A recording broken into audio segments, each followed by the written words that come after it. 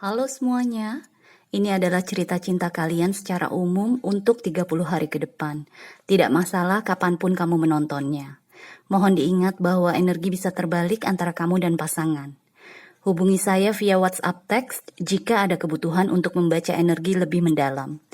Thank you for being here with me. Don't forget to like, comment, and subscribe. Enjoy! Halo Gemini, selamat datang di channel saya.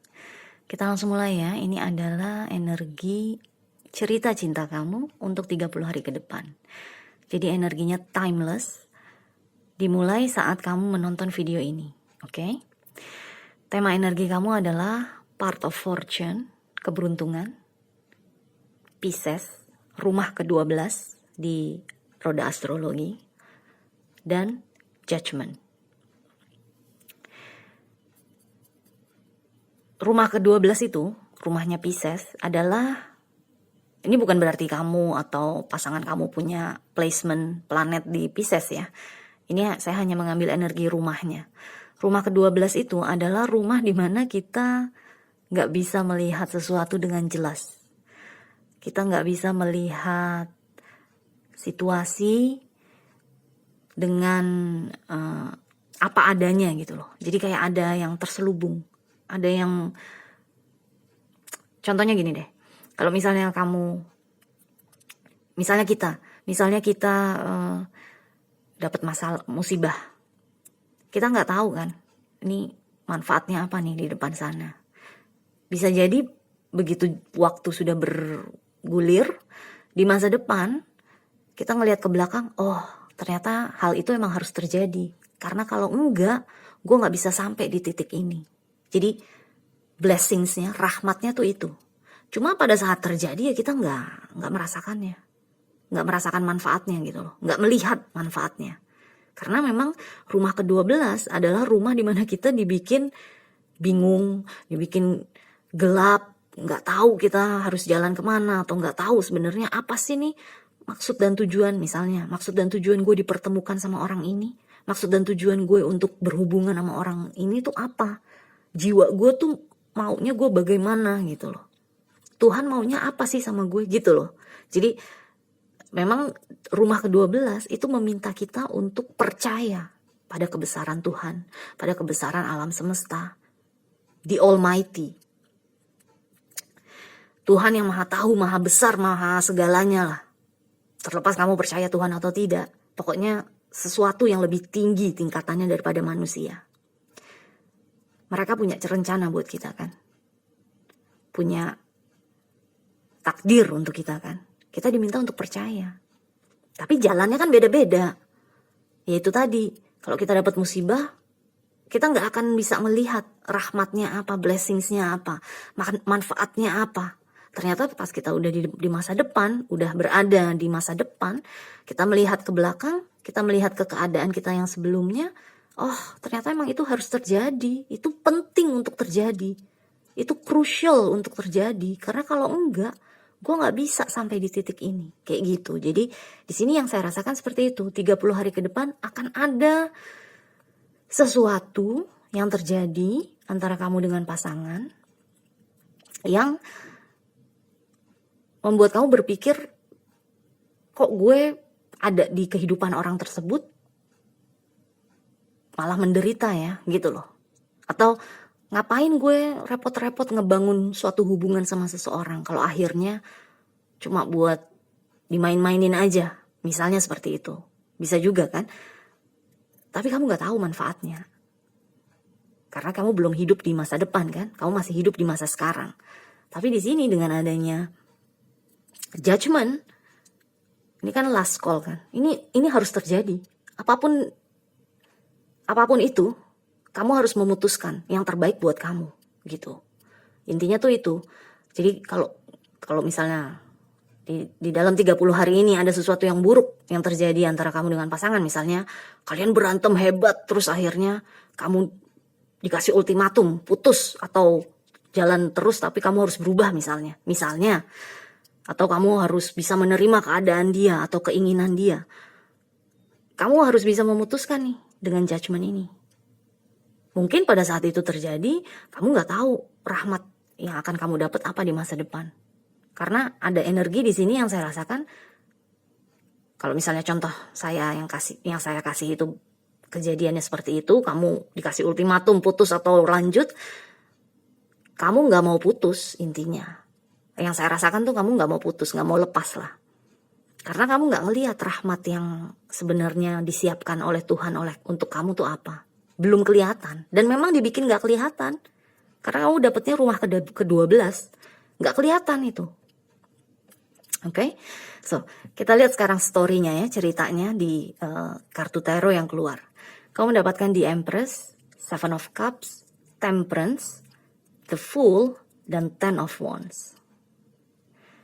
The Empress nih energinya kamu yang saya rasakan nih, terlepas kamu cewek atau cowok ya. The Fool adalah energi pasangan kamu, terlepas dia cewek atau cowok. Ini kayak ceritanya kamu nih kayak cerita, kalau kamu Gemini cewek, atau Gemini cowok lah sama aja. Pokoknya ini kayak hubungan antara orang tua sama anaknya.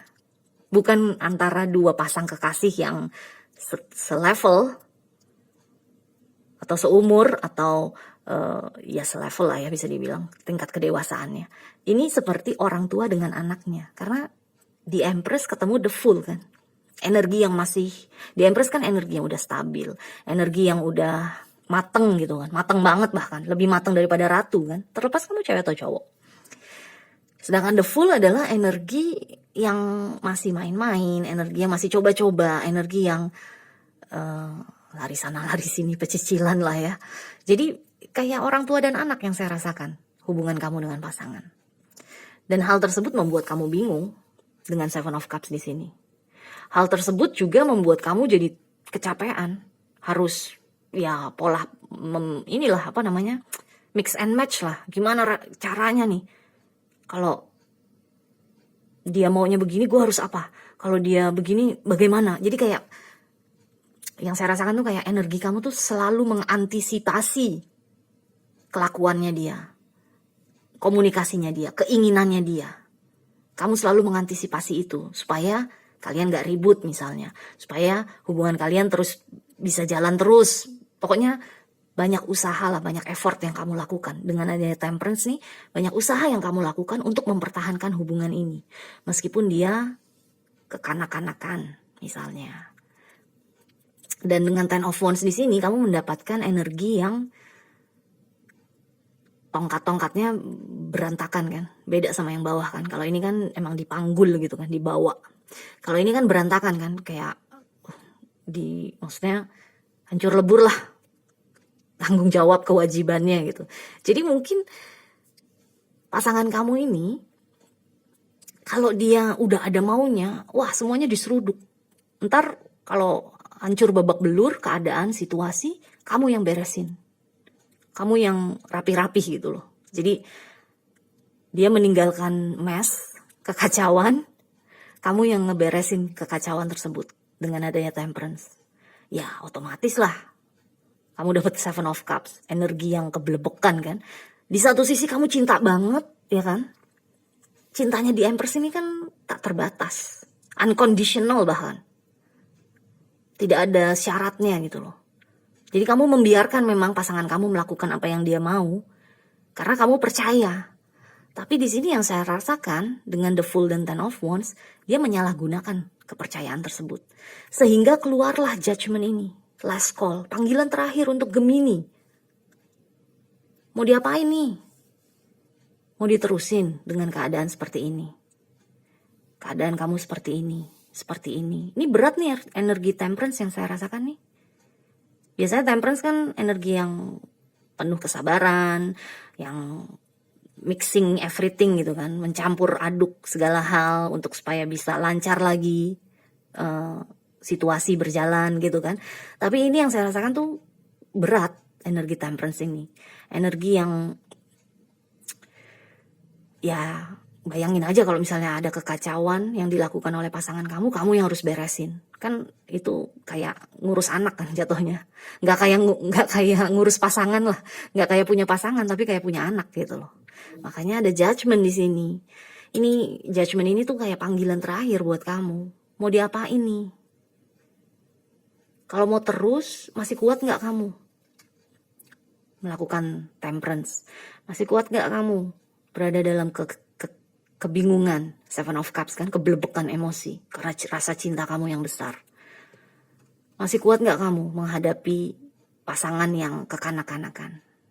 Dan ingat, ini adalah reading umum ya, jadi bisa jadi kamu, kalau misalnya kamu cross watching untuk pasangan kamu yang Gemini, bisa jadi dia yang seperti ini. So, judgment di sini adalah panggilan untuk kamu untuk menyelesaikan hal inilah. Mungkin karena cinta kamu kepada dia gede banget, besar banget, deep banget, dalam banget. Mungkin kamu gak bisa melihat nih rahmat yang akan turun untuk kamu di masa depan. Karena kamu ngelihatnya ya, aduh, gue udah gak bisa sebenarnya, tapi gue cinta banget sama dia gitu loh.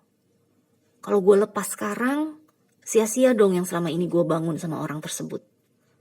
Kalau gue putus dari dia, gue mau kemana ini perasaan gue yang besar buat dia gitu loh. Jadi ada keengganan di dalam diri kamu untuk melepaskan pasangan kamu. Tapi ya kamu akan, ini judgment ini akan terus berbunyi. Ini kan trompet yang ditiupkan kan, akan terus bunyi buat kamu, agar supaya kamu mengambil keputusan, melepaskan diri dari energi-energi yang bikin kamu redup lah. Kalau kamu perhatikan di sini di Empress yang kamu dapat dengan yang bawah ini kan beda banget ya. Walaupun sama-sama di Empress, tapi ini energinya redup sekali kan, gelap gitu loh. Sedangkan yang ini cerah, terang benderang, bahagia, ya kan? Jadi intinya itu pokoknya, apapun situasinya, selalu ingat bahwa ada rahmat di depan sana. Pasti ada kebaikan di depan sana. Gitu loh, oke? So, kita lihat ya, ada energi apa lagi nih yang keluar buat kamu.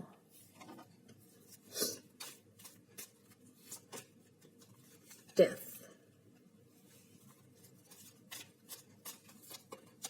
Star.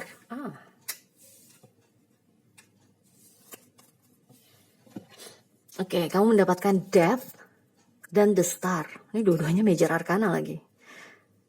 Aduh, Jem. Ini kalau reading ini resonate buat kamu, nih bener-bener deh. Energi Death nih kayak konfirmasi aja dari yang udah saya omongin. Mau gak mau, ini harus diselesaikan nih. Hubungan yang seperti ini, yang seperti orang tua dan anak. Gak bisa seperti ini terus-menerus gitu loh. Gak bisa kamu cover pasangan kamu terus. Tiap kali dia bikin masalah, bikin kekacauan, kamu terus yang beresin, gak bisa. Jadi dengan adanya Death di sini, ini kayak saran buat kamu untuk udah deh selesaiin aja deh. Beresin aja deh gitu loh. Toh, dengan adanya The Star, ini rahmatnya. Satu, kamu bisa sembuh. Kamu bisa menjadi The Empress yang bawah ini. Yang terang benderang, yang happy, yang bahagia. Dengan The Star juga kamu akan bisa melihat di masa depan bahwa ya emang gue harus dibikin jatuh cinta banget sama orang ini. Gue harus dibikin kesengsem abis sama orang ini yang bikin gue sampai harus mau melakukan apa yang dia inginkan, menuruti apa yang dia harapkan, mengantisipasi apapun yang dia lakukan. Karena ini adalah perjalanan gue menjadi The Empress yang sebenarnya, yang bahagia, yang cerah. The Star kan energi penyembuhan ya, energi yang healing gitu loh. Jadi healing di sini nggak harus kamu heal sembuh dari rasa sakit hati aja, tapi sembuh juga dari kenapa, dari pertanyaan-pertanyaan, kenapa kok gue jatuh cinta banget sama orang itu sampai gue mau melakukan hal-hal yang sebegitunya gitu loh.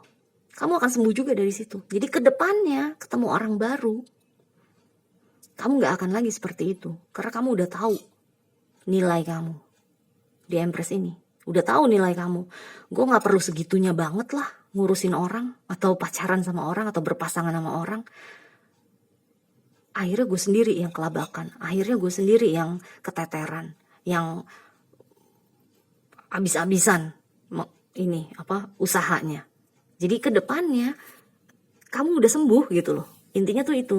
Jadi itu rahmatnya. Kenapa kamu dipertemukan sama orang ini? Ya rahmatnya adalah supaya kamu ketemu sama orang selanjutnya setelah dia menjadi seseorang, kamu menjadi seseorang yang lebih baik, yang tahu dengan batas-batasnya, batas-batas kamu sendiri. Gak bisa gue terlalu cinta sama orang, itu artinya gue bikin diri gue gak seimbang gitu loh intinya. Tapi ya sekarang mungkin kamu belum bisa lihat rahmatnya, blessingsnya. Cuma diinget-inget aja reading ini. Kalau ini resonate buat kamu, diinget-inget reading ini bahwa pasti ada yang bagus di depan sana untuk kamu. Rahmat yang bagus untuk kamu, blessings yang bagus untuk kamu, keberuntungan yang bagus untuk kamu. Jadi memang harus melewati ini dulu. Oke?